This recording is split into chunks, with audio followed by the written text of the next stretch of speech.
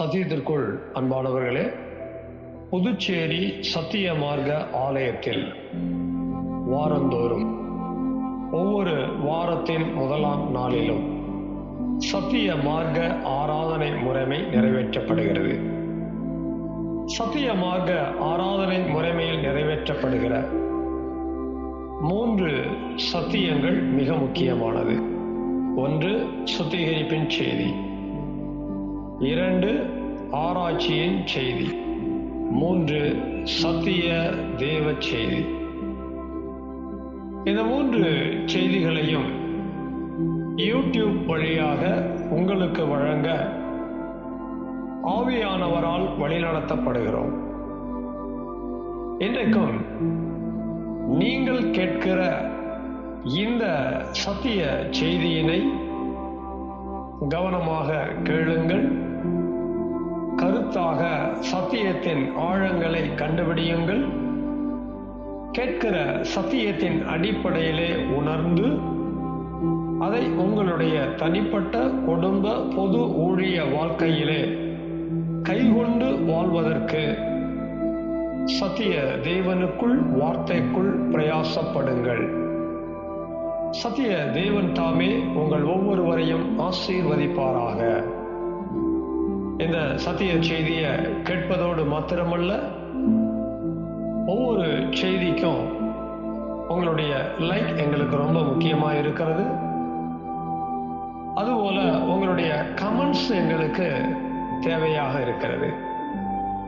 மேலும் இந்த சேனல் உங்களுடைய பயனுக்காக ஆரம்பிக்கப்பட்டிருக்கிறபடியால் சத்திய மார்க்க ஆலயம் புதுச்சேரி என்கிற இந்த சேனலுக்கு உங்களுடைய ஆதரவை தாருங்கள்.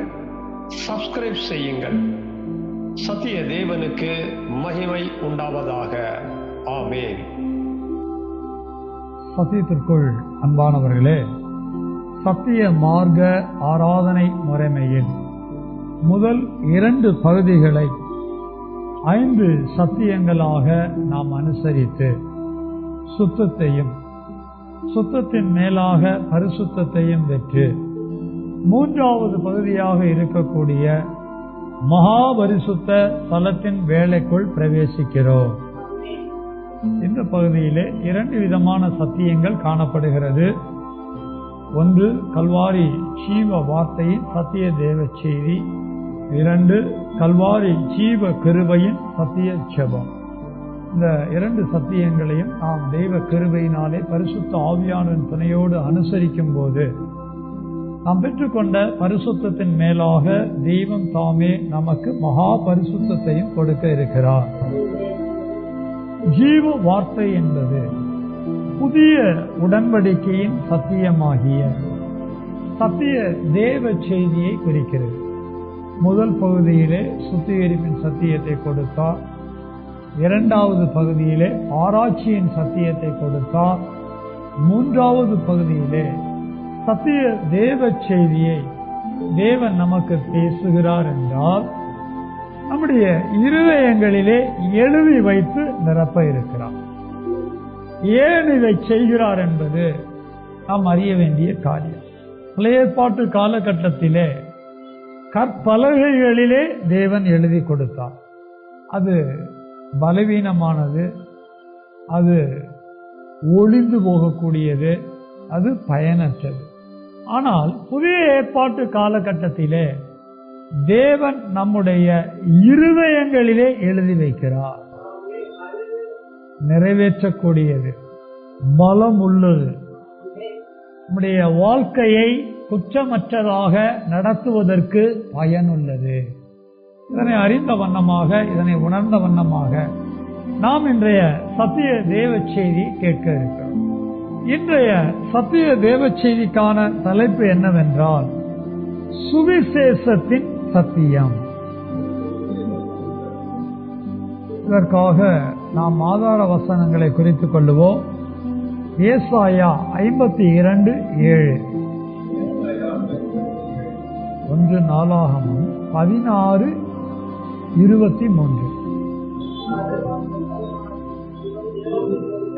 தலைப்பு எழுதி வேத வசனங்களை எல்லாம் குறிச்சிட்டோம் அப்படின்னா 2 வசனங்களையும் ஒவ்வொருத்தரா எடுத்துக்கங்க.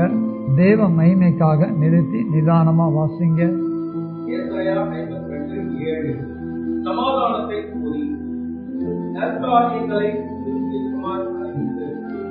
ரட்சிப்பை பிரசித்தப்படுத்தி தேவன் ராஜரீகப்படுத்தார் என்று சீயோனுக்கு சொல்லுகிற சுவிசேஷகருடைய பாதங்கள் அவைகளிலே எப்பொழுது அழகாயிருக்கும். ஆமென். அடுத்த வசனம்.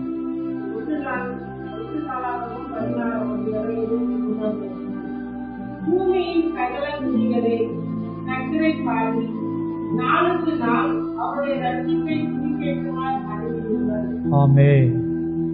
2 வேத வசனங்களை நாம் தேவ மகிமைக்காக வாசிக்க கேட்டிருக்கிறோம்.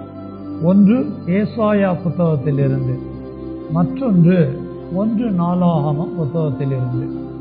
இந்த 2 வசனங்களிலுமே சுவிசேஷம் என்ற வார்த்தை காணப்படுகிறது.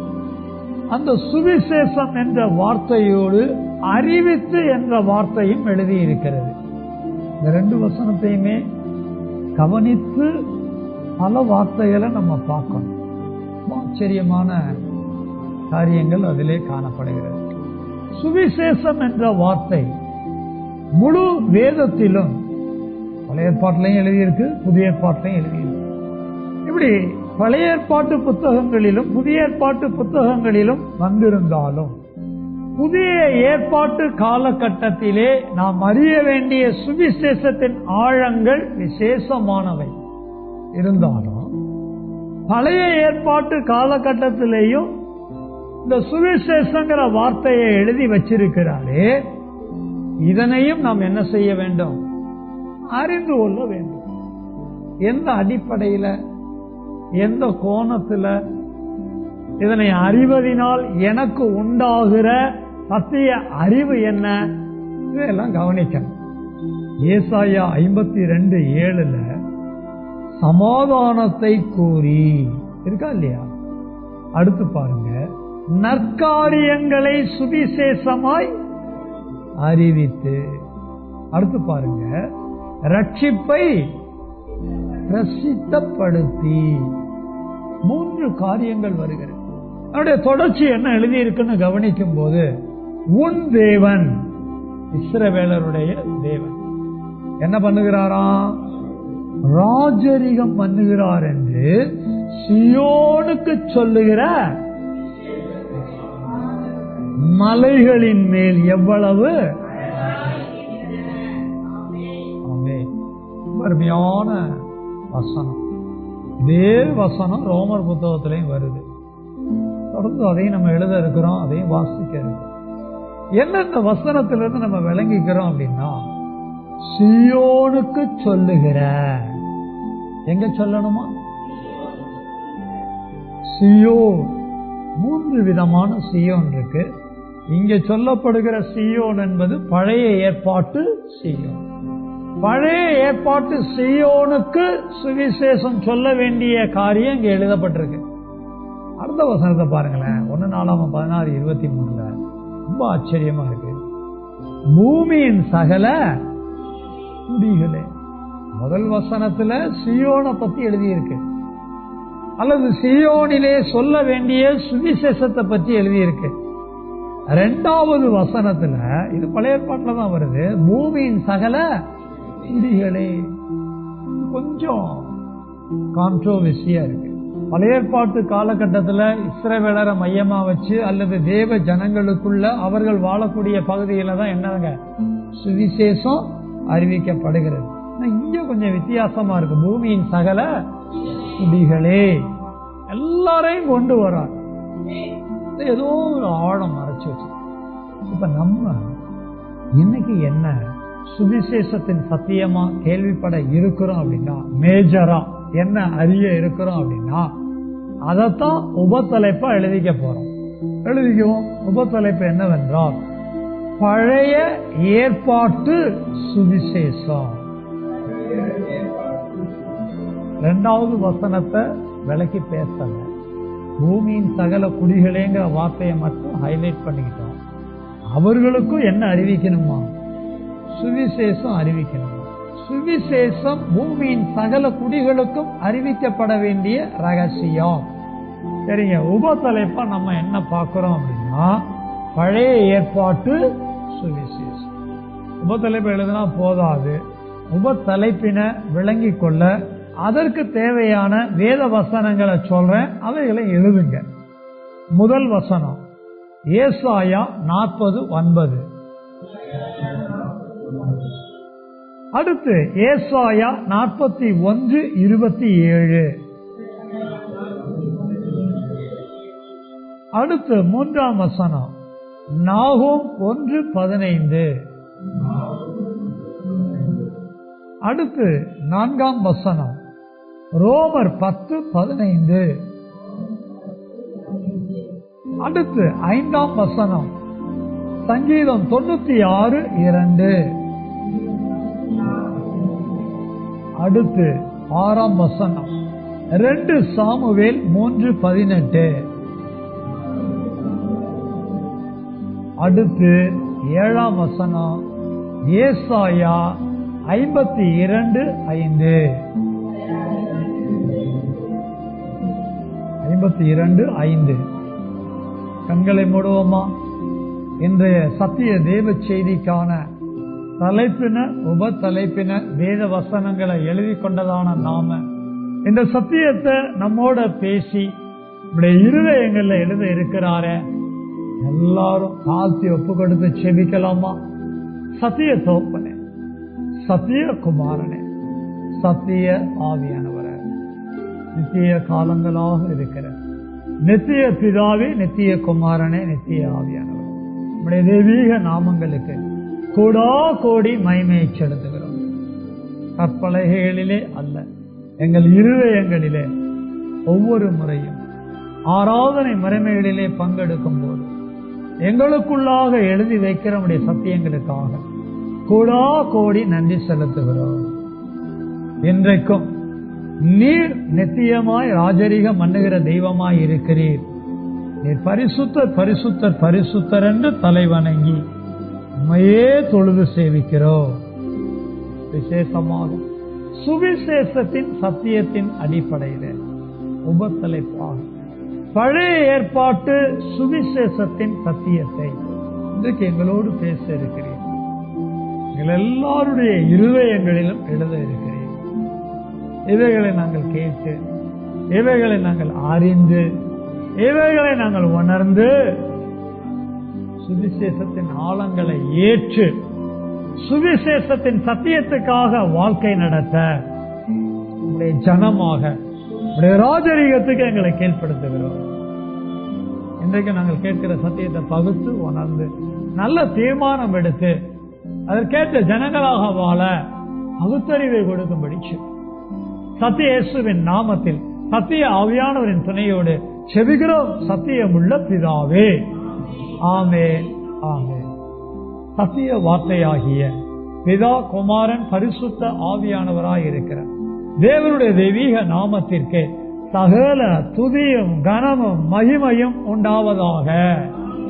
ஆமென். பிதாவாகிய தேவனுடைய இரக்கமும் குமாரனாகிய இயேசு கிறிஸ்துவினுடைய கிருபையும் பரிசுத்த ஆவியானவருடைய சமாதானமும் தேவனுடைய வார்த்தையினால் நமக்குள் உண்டாயிருப்பதாக. ஆமென். சத்தியத்திற்குள் அன்பானவர்களே, கடந்த வாரம் இயேசு கிறிஸ்து சிலுவையில் பேசின 7 சத்தியத்தோடு நாம் கேட்டு முடிக்க தெய்வம் கிருபை அளித்தார். எப்படியும் அடுத்த வாரம் மறுபடியும் சத்திய தேவ செய்திய தேவ ஜனங்களுக்கு கொடுக்கணும். என்ன சத்தியத்தை கொடுக்கணும் ஆண்டவரேன்னு சொல்லி திங்கட்கிழமை யோசிக்கிறேன், செவ்வாய்க்கிழமை யோசிக்கிறேன், புதன்கிழமை யோசிக்கிறேன், வியாழக்கிழமை யோசிக்கிறேன். ஒவ்வொரு நாளும் யோசிக்க யோசிக்க வெவ்வேறு விதமான தலைப்புகள் மனதிலே வந்து போய்கொண்டே இருந்தது. ஓகே, இதை எடுத்து இந்த வாரம் கொடுக்கலாம். பிறகு பார்த்தீங்கன்னா அடுத்த வேற தலைப்பு, பிறகு அதை அப்படியே தெய்வம் மாத்துற, இப்படியே உணர்வுகள் மாறிக்கொண்டே இருந்தன. பிறகு வெள்ளிக்கிழமை அன்னைக்கு மறுபடியும் தேவ சமூகத்துல யோசிக்கிறேன்.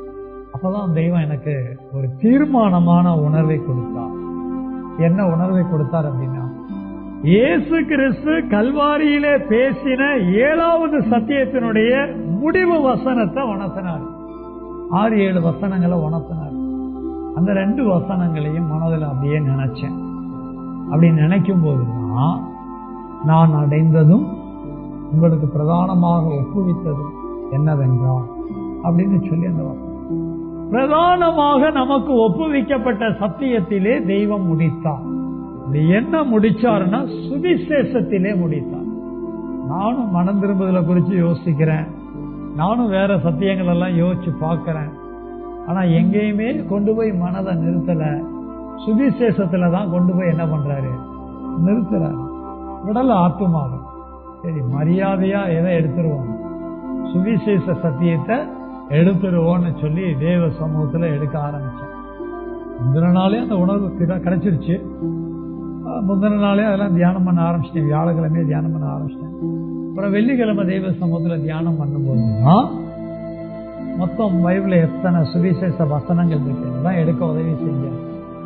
அப்படி எடுக்கும் போது நேரடியா புதிய ஏற்பாட்டுக்குள்ள போகலாமா அப்படின்னு சொல்லி என்னுடைய சிந்தனை யோசிக்குது. தெய்வம் விடல. பழைய ஏற்பாட்டு சுவிசேஷ சத்தியத்துக்குள்ள போன்னு உணர்த்துறாரு. பேசல, என்ன பண்றது, உணர்த்துறாரு. பொதுவா எல்லாம் பேசுறாருமா, எனக்கு உணர்த்துறாரு. அப்புறம் அப்படியே அந்த வசனங்களை எண்ணி பார்க்கிறேன். எண்ணி பார்க்கும்போது ஒரு ஆச்சரியமா இருந்துச்சு. அந்த வசனங்கள் எல்லாம் எடுத்து அடுக்க உதவி செய்தார். அப்படி எடுத்து அடுக்கி வைத்த அந்த வேத வசனங்களை தான் இன்றைய சத்திய தேவ செய்தியாக தேவன் நம்மோடு பேசி நம்முடைய இருதயங்களிலே எழுதி வைக்க இருக்கிறார். ஸ்தோத்திரம். சுவிசேஷத்தின் சத்தியத்திலே உபதலைப்பாக பழைய ஏற்பாட்டு சுவிசேஷம் என்று நாம் எழுதியிருக்கிறோம். இதற்காக 7 வசனங்களையும் குறிச்சிருக்கிறோம். இதுல ஒரு வசனம் புதிய ஏற்பாட்டு வசனம், பரவாயில்ல. 7 வசனங்கள்ல முதல் வசனமா இருக்கக்கூடிய ஏசாயா 40:9 ஒருவர் தேவ மகிமைக்காக வாசிக்கலாமா?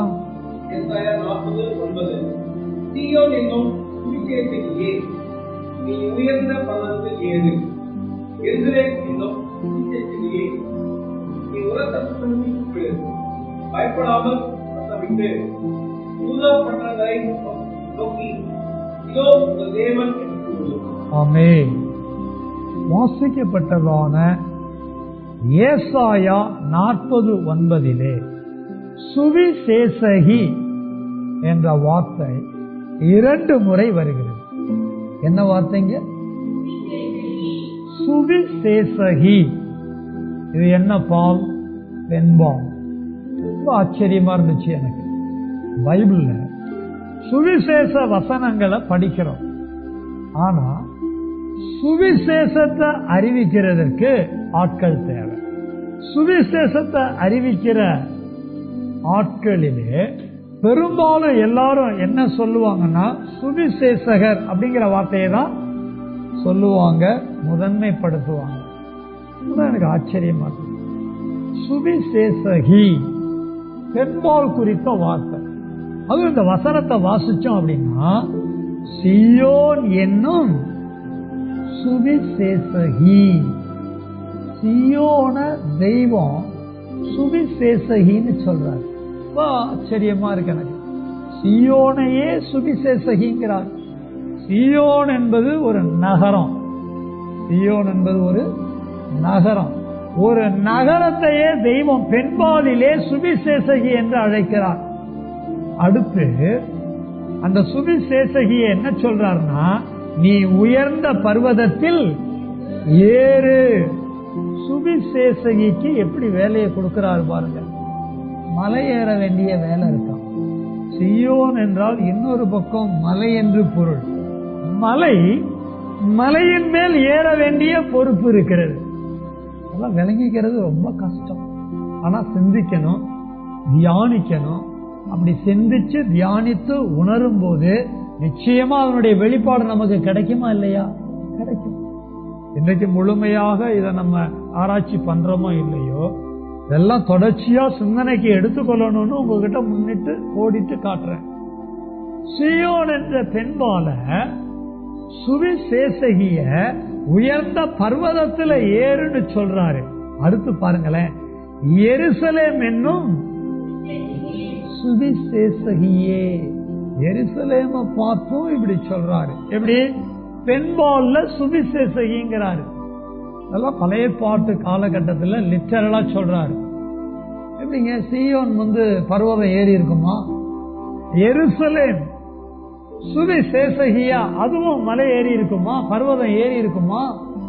ரொம்பவே கான்ட்ரோவர்சியான காரியங்களாக இருக்கிறது. இதை நாம் ஏற்றுக்கொள்வதற்கு ஒத்துக்கொள்ள முடியாத ஒரு காரியம் போல இருக்கிறது. ஆனால் தெய்வம் இதெல்லாம் சும்மா சொல்லல. எல்லாத்துக்குள்ளே என்னத்தை வச்சிருக்கிறாரு? காரியங்களை, சத்தியத்தை மறைச்சு வச்சிருக்கிறார். இதெல்லாம் தேவ ஜனமா நம்ம சிந்திக்கணும். அடுத்து பாருங்களேன், நீ உரத்த சத்தமிட்டு கூப்பிடு, பயப்படாமல் சத்தமிடு.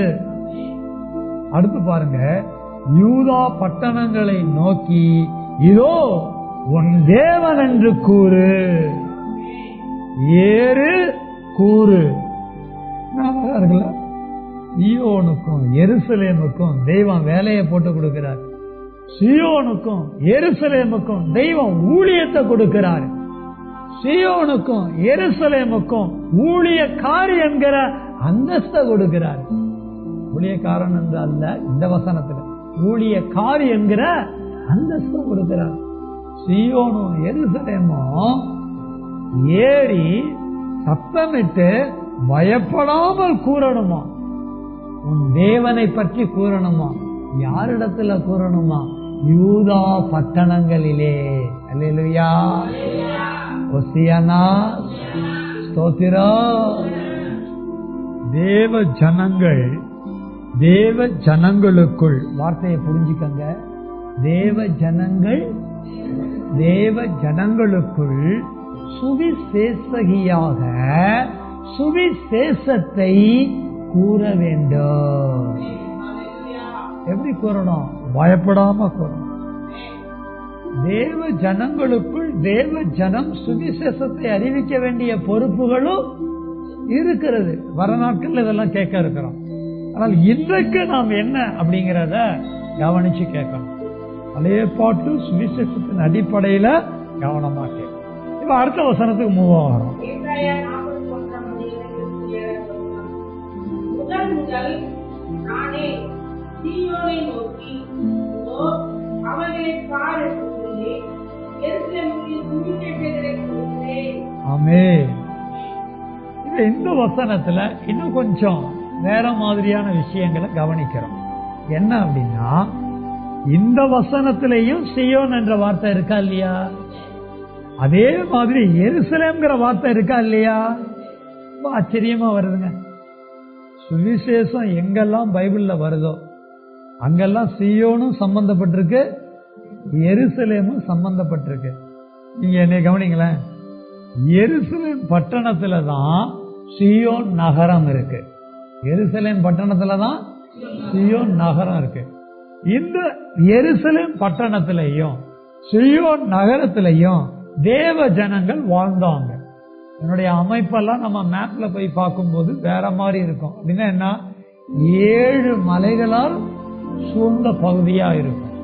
அதுல 3 பிராந்தியம் இருக்கும். 7 மலைகள், 3 பிராந்தியங்கள். பிராந்தியம் என்பது பகுதிகளை குறிக்குது. எப்படியோ நமக்கு புரிஞ்சா போதுமா இல்லையா? கவனிங்க, எப்படியோங்க தேவ ஜனங்கள் வாழ்ந்த 3 பகுதிகளிலே இருக்கிற அனைவருக்கும் சுவிசேஷம் தேவைப்படுகிறது. அவர்களுக்காக சுவிசேஷத்தை அறிவிக்க ஊழியர்கள் தேவைப்படுகிறது. அந்த ஊழியர்கள் பெண்பாலாகவும் ஆண்பாலாகவும் வேதம் வெளிப்படுத்துகிறது. அல்லேலூயா, ஓசியானா, ஸ்தோத்திரம். இப்ப கொஞ்சம் நம்ம காலத்தையும் யோசிச்சு பாருங்களேன். தேவ ஜனங்களுக்குள்ள நம்ம சுவிசேஷம் சொல்ல வேண்டிய அவசியம் கூட இருக்கு. தேவ ஜனங்கள்ல தேவ ஜனங்களுக்குள்ள ஒருவரா தேவ ஜனமா இருக்கிற நம்முடைய ஜனங்களுக்கும் நாம சுவிசேஷம் சொல்ல வேண்டிய அவசியம் இருக்கு. இதுல சுவிசேஷகர் தான் சுவிசேஷம் சொல்லணுங்கிற ஒரு எண்ணத்தை மாற்றி சுவிசேஷகியும் என்ன சொல்லலாம், யாரும் தப்பிக்க முடியாது. சகோதரர்மாரும் சுவிசேஷம் சொல்லணும், சகோதரிமார்களும் என்ன சொல்லணும், சுவிசேஷம் சொல்லணும். எனக்கு பொறுப்பு இருக்கு அப்படிங்கிறத நம்ம உணரணும். ஆண்பாலும் உணரணும், பெண்பாலும் உணரணும். நம்ம எல்லாருமே சுவிசேஷம் சொல்லணும். நம்ம எல்லாருமே நம்மை சீயோனாக பார்க்க வேண்டும். நம்ம எல்லாருமே நம்ம எருசலேமாகவும் பார்க்க வேண்டும். சீயோனுக்கு ஒரு பொருள் இருக்கு, எருசலேமுக்கு ஒரு பொருள் இருக்கு. இப்ப அந்த பொருளுக்குள்ளெல்லாம் போக நமக்கு நேரம் இல்லை. இந்த 2 வசனங்கள்ல இருந்து நம்ம என்ன விளங்கிக்கிறோம் அப்படின்னா, சுவிசேஷம் தேவ ஜனங்களுக்குள்ளும் அறிவிக்கப்பட வேண்டும். சுவிசேஷம் அறிவிக்க நான் ஆண்பாலாக இருந்தால் சுவிசேஷகன், பெண்பாலாக இருந்தால் நான் சுவிசேஷகி. அல்லேலூயா, ஓசியானா, ஸ்தோத்திரம். அடுத்தடுத்த வசனங்கள்ல நாம கவனிக்க வேண்டிய வார்த்தைகள் என்ன, குறிப்பெடுக்க வேண்டிய வார்த்தைகள் என்ன எல்லாம் கவனிப்போம். 7 வசனங்களையும் நம்ம வாசிச்சு கேட்டு கண்டுபிடிக்க வேண்டியதெல்லாம் கண்டுபிடிச்ச பிறகு கடைசியா 7 ரகசியங்களை எழுத இருக்கிறோம். சுவிசேஷ ஊழியத்துக்கு இதெல்லாம் முக்கியம். இப்ப 3வது வசனம், சமாதானத்தை கூறுகிற சுவிசேஷனுடைய கால்கள் மலைகளின் மேல் வருகிறது. யூதாவே, உன் பண்டிகைகளை ஆசரி, உன் பொருத்தனைகளை செலுத்து. குற்றம் இனி உன் வழியாய் கடந்து வருவதில்லை. அவன் முழுவதும் சங்கரிக்கப்பட்டார். இது பழைய ஏற்பாட்டு காலகட்டத்தில் சின்ன தீர்க்கதரிசி புத்தகத்தில் எழுதப்பட்ட ஒரு வேத வசனம். இப்ப அதுக்குள்ளெல்லாம் நம்ம முழுசா போகல. இங்க இருந்து நம்ம என்ன எடுக்கிறோம், எந்த வார்த்தைகளை கவனிக்கணுங்கிறது தான் முக்கியம். சமாதானத்தை கூறுகிற சுவிசேஷகனுடைய கால்கள்.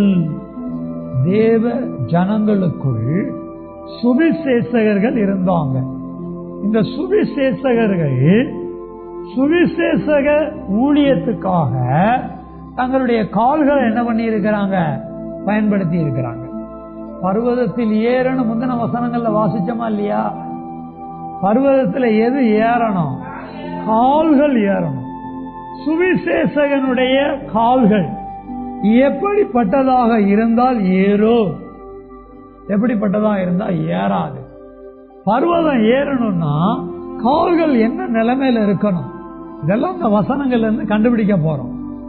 சமாதானத்தை கூறணுங்க, அது கூறணுங்கும் போது அது வேற ரகசியம். இங்க சுவிசேஷகனுடைய கால்கள், சுவிசேஷகனுக்கு மட்டும்தான் கால்கள் இருக்கா, சுவிசேஷகிக்கு கால்கள் இருக்கா இல்லையா? உடனே இப்படி கேள்வியை கேட்காதீங்க. அப்ப மாற்றுத்திறனாளிக்கு கால்கள் இல்லைன்னா அவங்க சுவிசேஷம் சொல்ல போக வேண்டாமா? இப்ப அவங்களுக்கெல்லாம் தான் வாகனம் கொடுத்துட்டாங்க. உண்மையை சொல்ல போனா நம்ம தான் சுவிசேஷம் சொல்ல போக மாட்டேங்கிறோம். மாற்றுத்திறனாளிங்க, கால்கள் இல்லாதவங்க, கால்கள் வழங்காதவங்க எல்லாம் என்ன சொல்ல போறாங்க, இன்னைக்கு சுவிசேஷம் சொல்ல போறாங்க. எனக்கு ஆச்சரியமா இருக்குது. பல இடங்கள்ல மாற்றுத்திறனாளிகள் சும்மா இருக்கிறது இல்ல, சுவிசேஷம் ஊழியம் செய்ய புறப்பட்டு போறாங்க. தேவன் நம்முடைய கால்களை எடுக்க வேண்டும்.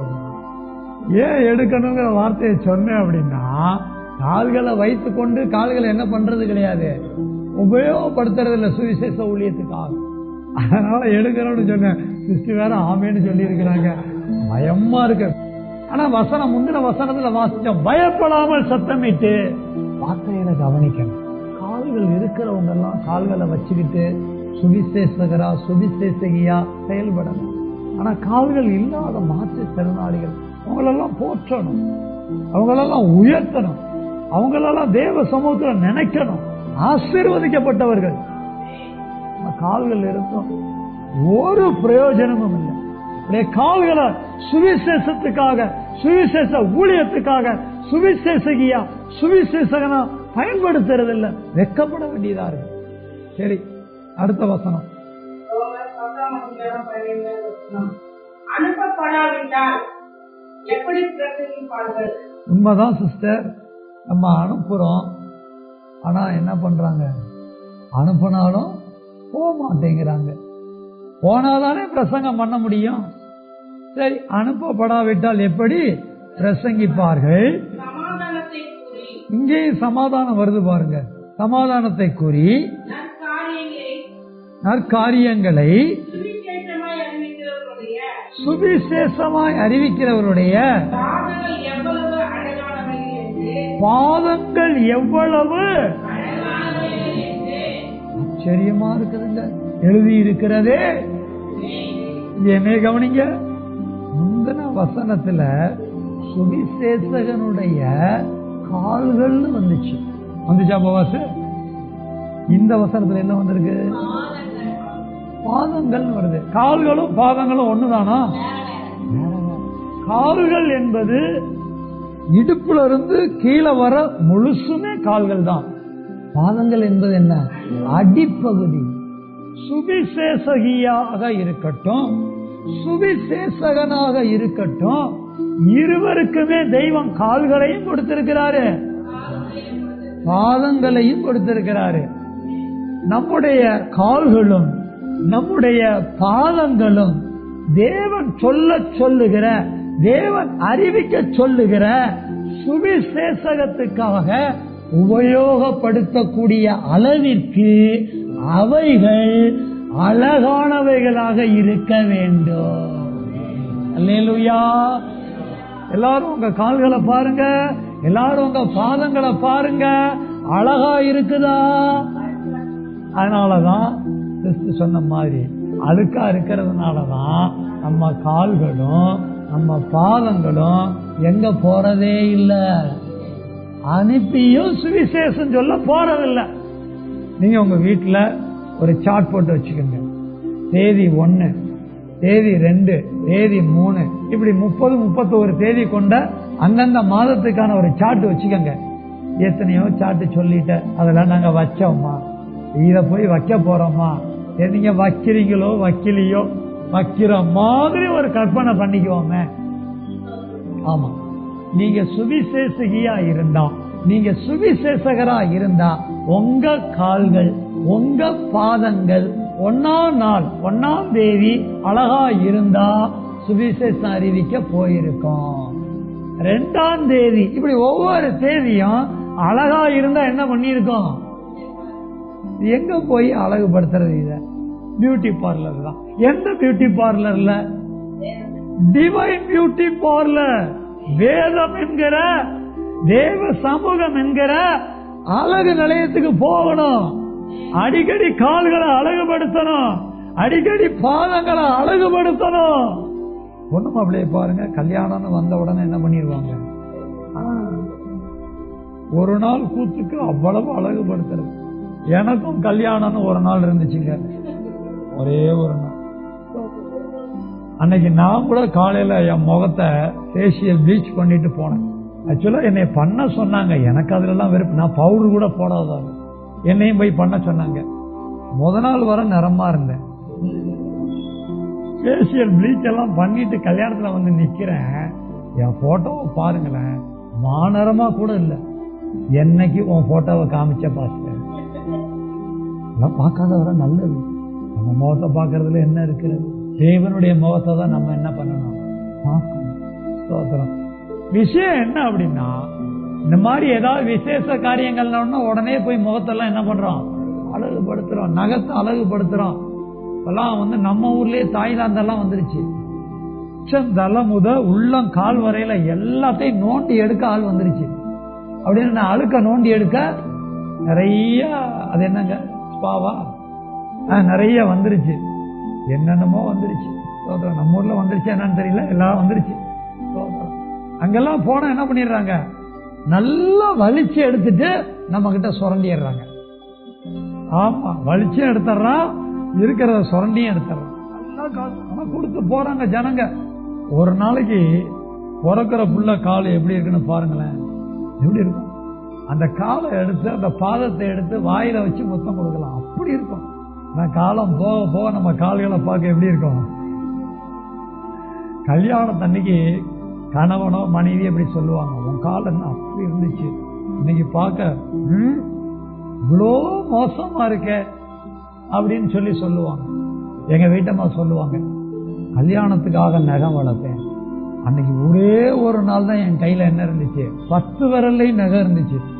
அவ்வளவுதான். அடுத்த நாள்ல இருந்து என்ன பண்ண ஆரம்பிச்சிட்டேன், கடிக்க ஆரம்பிச்சிட்டேன். எல்லா நகத்தையும் கடிக்காது. காலில் எல்லாம் அழகா என்ன பண்ணி, கையில எல்லாம் அழகா போயிடுச்சு. ஒரு நாளாவது நம்முடைய கால்களையும் பாதங்களையும் அழகாக வைத்துக் கொள்கிறோமா? சுவிசேஷம் சொல்வதற்கு புறப்பட்டு போகிற கால்களாக பாதங்களாக நம்முடைய கால்களையும் பாதங்களையும் வைத்திருக்கிறோமா? எந்த பதிலையும் காணாம வைத்திருக்கிறோமா? இல்லை. கால்கள் எங்க அழகா வச்சிருக்கு, பாதங்கள் எங்க அழகா வச்சிருக்கு. சுவிசேஷம் அறிவிக்க புறப்படக்கூடிய கால்களாக என்றைக்கு நம்முடைய கால்களை வேதத்தின் அடிப்படையில வைத்திருக்கிறோம்? ஒரு நாளும். அதனாலதான் தெய்வம் இதை கொடுத்திருக்கிறாரோ இருக்கலாம். இதையும் கேட்டு உணரலாம் அப்படின்னா நமக்கெல்லாம் கணக்கு. கர்த்தர் யார் என்று அறிந்து கொள்ளுகிற நாள் வரும். இப்ப அடுத்த வசனத்துக்கு போறோம். கர்த்தரை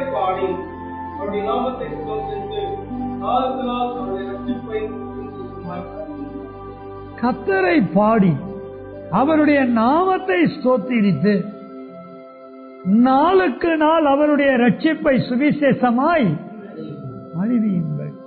இந்த வசனத்துக்குள்ள பல ரகசியம் இருக்கு. அதுல நாளுக்கு நாளுங்கிற வார்த்தை இருக்கா இல்லையா?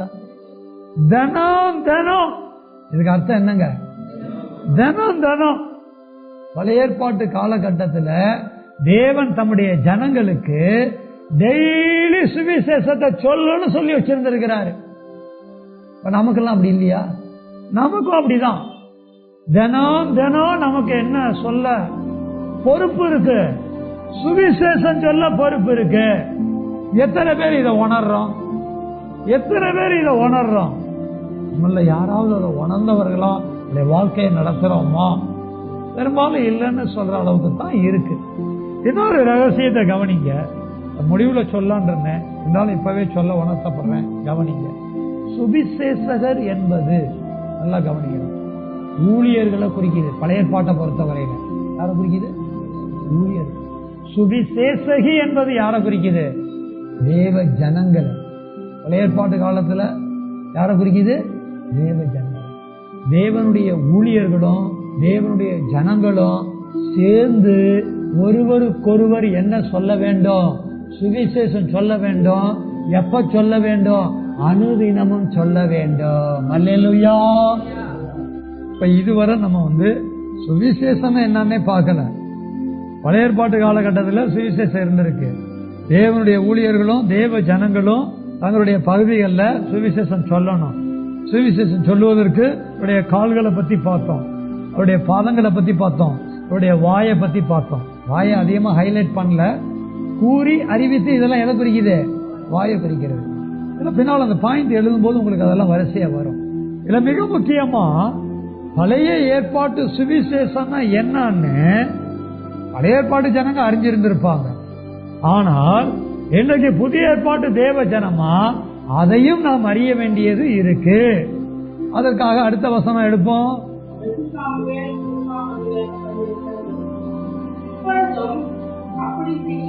பாருங்களேன், நமக்காகவே எழுதின மாதிரி இருக்குல்ல. இப்பொழுதும் அப்படி. ஆமா, பழைய ஏற்பாட்டினுடைய அந்த ரூல்ஸ் இப்பொழுதும் ஃபாலோ பண்ற மாதிரி. ரூல்ஸ்னா சுவிசேஷம் அறிவிக்கிற ரூல்ஸ் வேற. நீங்க வேற பலி கொடுக்கறது அந்த மாதிரி எடுத்துக்காதீங்க. சுவிசேஷம் அறிவிக்கிற ரூல்ஸ் இப்பொழுது நமக்கு இருக்கு. ஆச்சரியமா இருக்கு. அடுத்து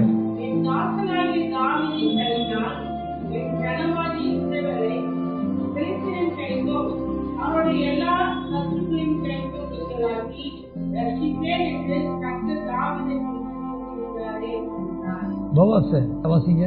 இப்போதும் அப்படி செய்யுங்கள். என் தாசனாகிய தாவீது செய்தால் என் ஜனமாகிய இஸ்ரவேலை எருசலேமின் கைக்கும் அவருடைய எல்லா சத்துருவின் கைக்கும் மீண்டுவாருக்கும் கட்டப்பேன் என்று கர்த்தர் தாவீதை குறித்து சொல்லியிருக்கிறாரே. ஸ்தோத்திரம். நல்லா கவனிக்கணும். முந்தின வசனம் சங்கீதம் 96:2 வாசிச்சோம். நாளுக்கு நாள் அவருடைய ரட்சிப்பை சுவிசேஷமாய் அறிவியுங்கள் அப்படின்னு வாசிச்சோம். ரட்சிப்பை என்னவா அறிவிக்கணும்? சுவிசேஷமா. பழைய ஏற்பாட்டு காலகட்டத்தில் கூட என்ன இருந்திருக்கு? ரட்சிப்பு இருந்திருக்கு. அந்த ரட்சிப்பை என்னன்னு விளங்கிக்கிட்டாதானே சுவிசேஷமா அறிவிக்க முடியும். பழைய ஏற்பாடு நாட்கள்ல இஸ்ரவேலர் ஒருவருக்கொருவர், குறிப்பா எடுத்துக்கங்களேன், சீயோன், எருசலேம், யூதா பட்டணங்களுக்கு சுவிசேஷமா அறிவிக்குது அப்படின்னா ரட்சிப்பை தான் என்னவா அறிவிச்சிருக்கு? சுவிசேஷமா அறிவிச்சிருக்கு. அதுல 3 காரியம் இருக்கு. அதை நம்ம அடுத்த வசனத்துல முடிவா தெளிவா பார்க்க போறோம். அந்த 3 காரியத்துல ஒண்ணு என்னங்க? ரட்சிப்பு. ரட்சிப்புனா என்னன்னு விளங்கணும். புதிய ஏற்பாட்டு காலகட்ட ரட்சிப்பு வேற, பழைய ஏற்பாட்டு காலகட்டத்து ரட்சிப்பு வேற. பழைய ஏற்பாட்டு காலகட்டத்து ரட்சிப்பு என்பது இஸ்ரவேலருடைய காலங்கள்ல அந்தந்த காலங்கள்ல தனித்தனியா இருந்திருக்கு. எல்லாம் ஒட்டுமொத்தமா விளங்கிக்கதான் இந்த வசனம் 2 சாமுவேல் 3:18 வாசிக்க கேட்டோம்.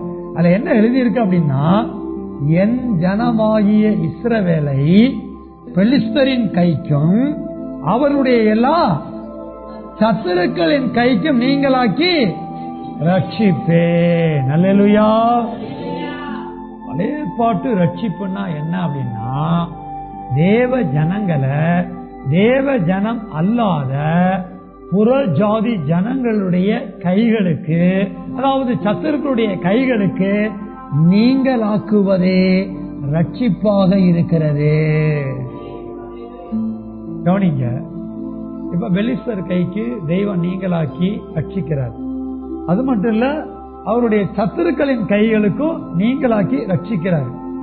ரட்சிக்கப்பட்ட பிறகு புறஜாதி ஜனங்களுடைய சத்துருக்களுடைய கைகளுக்கு நீங்களாக்கி ரட்சிக்கப்பட்ட பிறகு, அப்படி ரட்சிக்கப்பட்டவங்களுக்கே எடுத்து போய் என்ன பண்ணணுமா?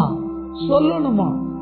இப்ப இம்மானும் எட்வினும் நிக்கோலஸும் பெலிஸ்தர் கைக்கு ரட்சிக்கப்பட்டிருக்காங்கன்னு வச்சுக்கோங்க.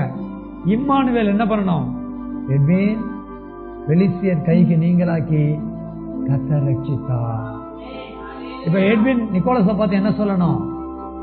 நிக்கோலஸ், கர்த்தர் பெலிஸ்தரின் கைக்கு நீங்களாக்கி என்ன பண்ணாரு? ரட்சித்தார். உடனே நிக்கோலஸ் என்ன பண்ணணும்? இம்மானே இல்லைந்தானே அப்படி கூப்பிடணும். உன்னையும் என்னையும் கர்த்தராகிய தெய்வம் பெலிஸ்தியர் கைக்கும் அவனுடைய சத்துருக்களின் கைகளுக்கும் நீங்களாக்கி ரட்சித்தார். அல்லேலூயா. இப்படி நிக்கோலஸ் சொல்லும் போது கம்முன்னு இருக்க மாட்டேன். எனக்கு தெரியாதா? உன்ன மாதிரி தானே நானும் ரட்சிக்கப்பட்டேன். நான் உங்கள்கிட்ட சொன்னேன்னா புரியுதா இல்லையா உங்களுக்கு? இது சாதாரணமா பார்க்காதீங்க. ரட்சிக்கப்பட்ட நம்ம ரட்சிக்கப்பட்ட ஜனங்க கிட்டேயே ரட்சித்தார் என்பதை எடுத்து விலக்கி சொல்ல வேண்டிய அவசியத்தில் இருக்கிறோம். என்னங்க? ஆமா, அது யார் சொல்லுவாங்கன்னா அதிபுத்திசாலி தான் சொல்லுவாங்க.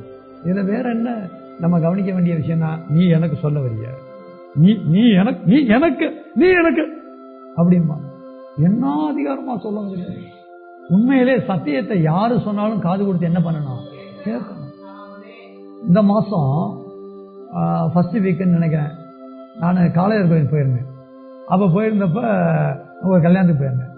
காரியத்தை கவனிங்க, சத்தியத்தை கவனிங்க. அப்படி போயிருந்த போது 25 வருஷத்துக்கு முன்னாடி என்கிட்ட வேலை செஞ்ச ஒரு தம்பி, உறவுக்கார தம்பி தான். அந்த தம்பி அங்க சந்திச்ச போது அந்த தம்பி ரொம்ப உற்சாகமா இருந்தாப்ல, சரி சந்தோஷமா இருக்கிறாப்லன்னு சொல்லிட்டு 2-3 பேர் நாங்க பேச ஆரம்பிச்சதுக்கு அப்புறம் அந்த தம்பி வாயை திறந்து பேச ஆரம்பிச்சிட்டாப்ல. நான் போவாஸ் மாதிரி அமைதியா என்ன பண்ணிட்டேன், பேசோட உட்காந்து முழிச்சு கேட்டுட்டு இருந்தேங்க. அவன் பேசுறாப்புல நான் கேட்டுட்டு இருந்தேன். சரி, ஒருத்தர் உற்சாகமா பேசும்போது அதை நம்ம என்ன பண்ணணும்? காலையில இருந்து சாயங்காலம் வர அந்த தம்பி பேசிக்கிட்டே இருக்காது, நான் என்ன பண்ணிக்கிட்டே இருந்தேன்? கேட்டுக்கிட்டே இருந்தேன். ஒருத்தர் பேசும்போது பேச விடணும், கேட்கணும். நான் ஊழியக்காரன், நீ என்கிட்ட வேலைக்கு இருந்தாலே நான் தான் பேசணும், நான் சொல்றத கேளு, நல்லா இல்ல. இப்படிலாம் வெளியெல்லாம் எங்கேயாவது போனேன்னா முடிஞ்ச அளவுக்கு என்ன பண்ணிடுவேன், அமைதியா உட்காந்துருவேன். பேசுறவங்க பேசட்டும். அப்படி அவங்க பேசும்போதுதான் அவங்க என்ன அறிஞ்சிருக்கிறாங்க, என்ன உணர்ந்திருக்கிறாங்க, என்ன சொல்றாங்கிறத நம்மளால என்ன பண்ண முடியும்? கண்டுபிடிக்க முடியும், விளங்கி கண்டுபிடிக்க முடியும். அதனால மற்றவங்க பேசுறதையும் காது கொடுத்து கேட்கணும். ரட்சிப்பா நாளுக்கு நாள் சுவிசேஷமா என்ன பண்ணணும்? அறிவிக்கணும். தேவ ஜனங்களுக்குள்ளே சுவிசேஷத்தை அறிவிக்கிற ஒரு பொறுப்பும் இருக்கிறது என்பதை நாம் கண்டுபிடிக்க வேண்டும். வாசிச்ச வசனத்துல பாத்தீங்க அப்படின்னா, பழைய ஏற்பாட்டு ரட்சிப்பு என்பது சுவிசேஷம். பழைய ஏற்பாட்டு ரட்சிப்புனா என்ன அப்படின்னா, மனுஷர் கையிலிருந்து தேவ ஜனங்களுக்கு கிடைக்கக்கூடியதான அந்த விடுதலை, அந்த நீங்களாகிற காரியம் ரட்சிப்பா இருக்கிறது. ரட்சிப்பா மட்டும் இல்லாது என்னவா இருக்கிறது, சுவிசேஷமாகவும் இருக்கிறது. சுவிசேஷத்துல மையமான விஷயமே என்னதான், ரட்சிப்பு. அதனால இதை கொஞ்சம் ஹைலைட் பண்ணும். இப்ப அடுத்த வசனம், கடைசி வசனம் எல்லாரும் சேர்ந்து வாசிக்க எடுத்துக்கொள்வோமா? ஏசாயா 52:5 எல்லாரும் எடுப்போமே. இதுலதான் நம்ம முடிக்க போறோம். பழைய ஏற்பாட்டு சுவிசேஷத்தை முழுமையா விளங்கிக்க போறோம். எல்லாரும் எடுத்தாச்சுங்களா? ஒரு அல்லேலூயா சொல்லுவோம். ஏசாயா 52:5 வாசிப்போம். இப்பொழுது இங்கே என்ன இருக்கிறது? என் ஜனங்கள் விருதாவாய் கொண்டு போகப்பட்டார்கள். அவர்களை ஆளுகிறது, அவர்களை அலங்க பண்ணுகிறார்கள். நித்தமும் இடைவிடாமல் என் நாமம் தூஷிக்கப்படுகிறது என்று கர்த்தர் சொல்லுகிறார். ஸ்தோத்திரம். வாசிக்கப்பட்ட வசனத்துல 3 காரியங்கள் இருக்குங்க. ஒண்ணு என்ன அப்படின்னா, என் ஜனங்கள் விருதாவாய், இது எது சிறப்பிடிப்ப பிரிக்கிறது. அவர்களை ஆளுகிறவர்கள் அவர்களுக்கு என்ன இல்ல, சமாதானம் இல்ல. சமாதானம் இல்ல. அலறாங்கன்னாவே என்ன இல்ல, சமாதானம். அடுத்து என்ன, நித்தமும் இடைவிடாம என் நாமம் தூஷிக்கப்படுகிற நற்காரியமா துர்காரியமா?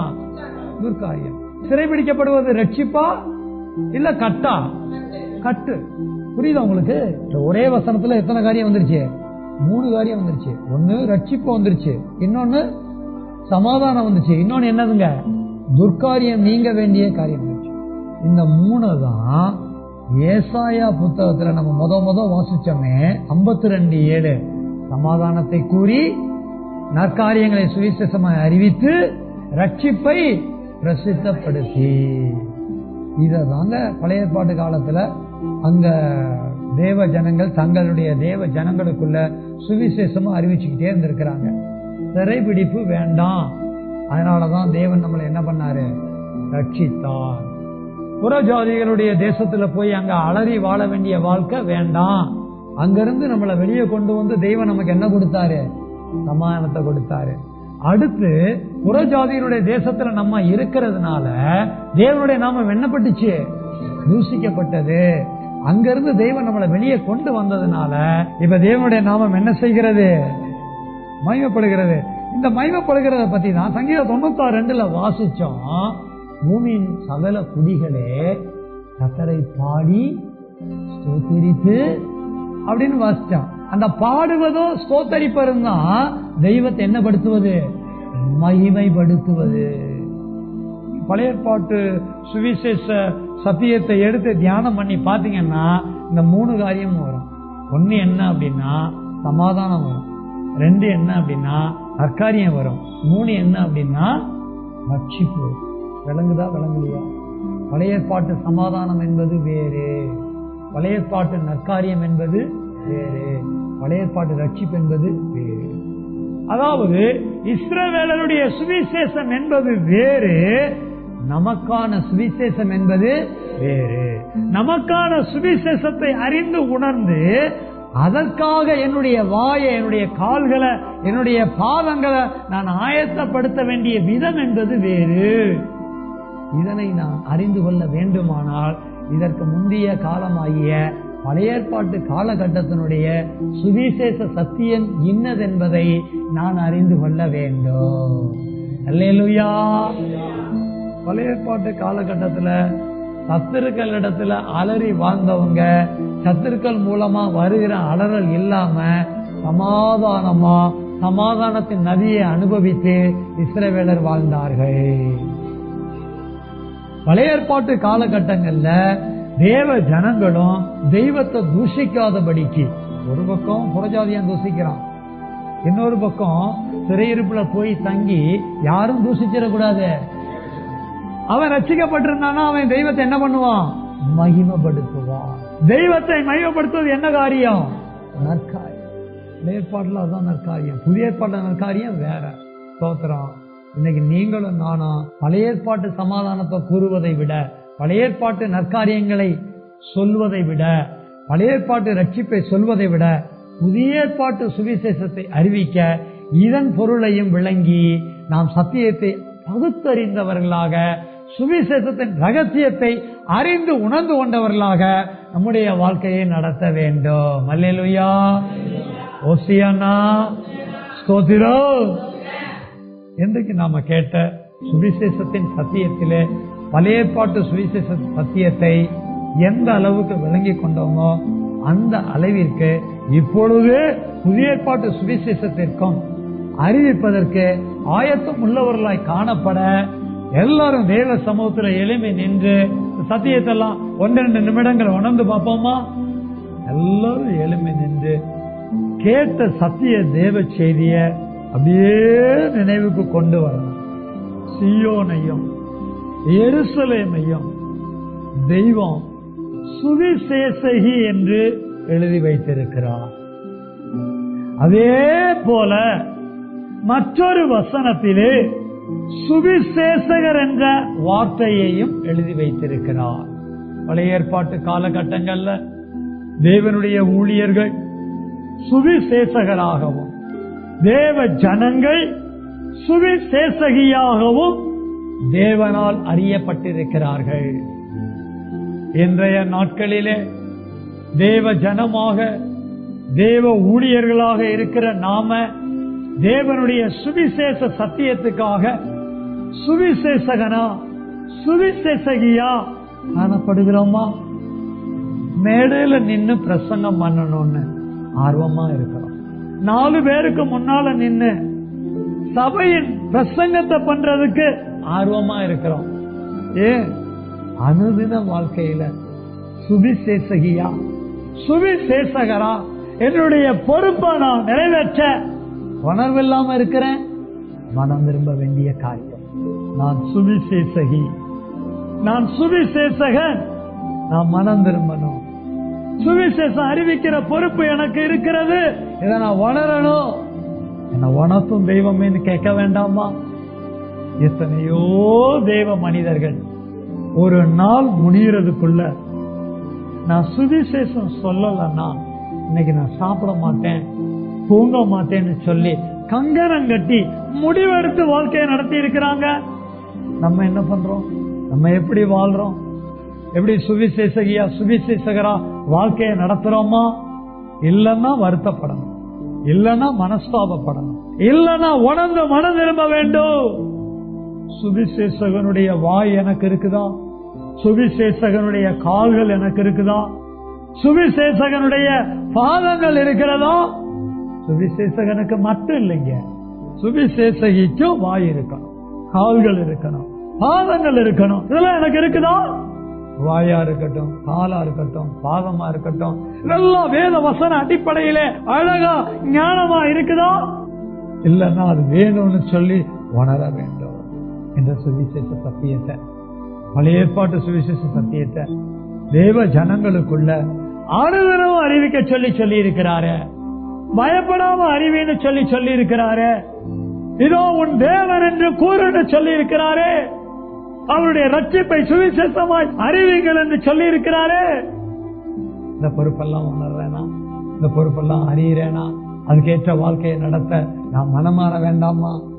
குறிப்பா பழைய ஏற்பாடு சுவிசேஷம் அப்படின்னா சமாதானத்தை கூறுவது, நற்காரியங்களை அறிவிப்பது, ரட்சிப்பை பிரசித்தப்படுத்துவது, இதெல்லாம் என்னன்னு தெய்வம் அழகாக விளங்க பண்ணினார். சத்துருக்களுடைய தேசத்துல தெய்வத்தின் நாமம் தூசிக்கும்படியா புறஜாதி ஜனங்களுக்குள்ள தேவ ஜனங்கள் இருக்கக்கூடாதுங்கிறது தானே சுவிசேஷம். அப்படி இருந்த இடத்துல இருந்து புறஜாதி ஜனங்களிடத்திலிருந்து புறஜாதி தேசத்திலிருந்து தேவனுடைய நாமம் தூசிக்கப்படாதபடிக்கு தேவனுடைய நாமம் மகிழப்படும்படிக்கு தெய்வம் ரட்சித்து மீட்டு விடுவித்து வெளியே கொண்டு வருகிறது அந்த சுவிசேஷம். இதையே அந்த ஜனங்களை நாளுக்கு நாள் அறிவின்னு சொல்லி இருக்கிறார். அப்படின்னா உங்களையும் என்னையும் ரட்சித்த தெய்வத்தை, அந்த ரட்சிப்பை பிரசித்தப்படுத்த எத்தனை அதிகமா சுவிசேஷம் சொல்லக்கூடியவர்களா அனுதின வாழ்க்கையில நம்ம மாறணும். நம்ம வாழ்க்கையில சமாதானம் என்ன, நம்ம வாழ்க்கையில நற்காரியங்கள் என்ன, நம்ம வாழ்க்கையில ரட்சிப்பு என்னங்கிறத கண்டுபிடிச்சு அதை அறிவிக்கக்கூடிய அதை சத்தமிட்டு அறிவிக்கக்கூடிய, அதை பயப்படாம அறிவிக்கக்கூடிய தைரியம் உள்ளவர்களா இன்னைக்கு நம்ம மனம் திரும்ப வேண்டாமா? சிறவிலருக்கு அந்த பொறுப்பு இருக்குன்னா உங்களுக்கு எனக்கும் எத்தனை பொறுப்பு இருக்கு? கல்வாரியை முன்வைத்து அந்த பொறுப்பை உணர்ந்தவர்களாக இன்றைக்கே நம்மை ஒப்பு கொடுக்க தாழ்த்துவோமா? ஒப்பு கொடுக்கிற ஒவ்வொருவருக்காகவும் அடியேன் ஜெபிக்க போகிறேன்.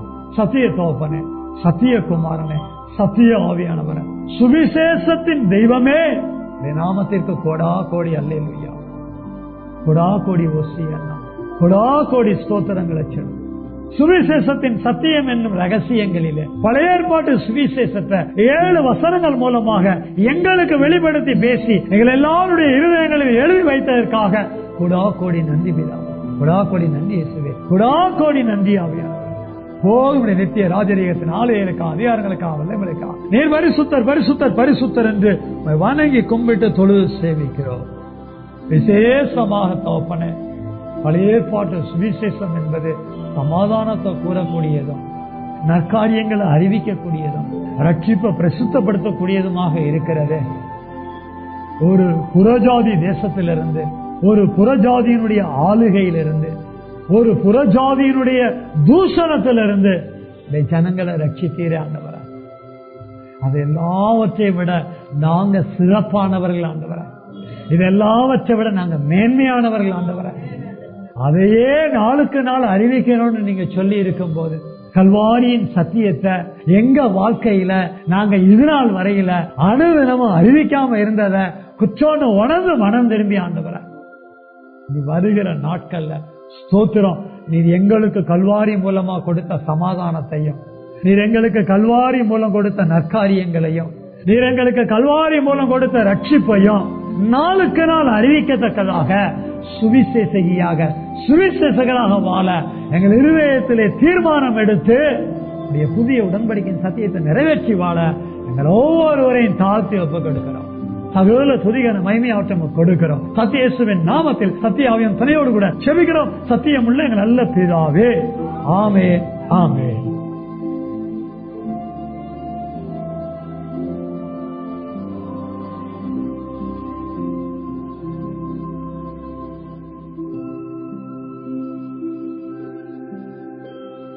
Thank you.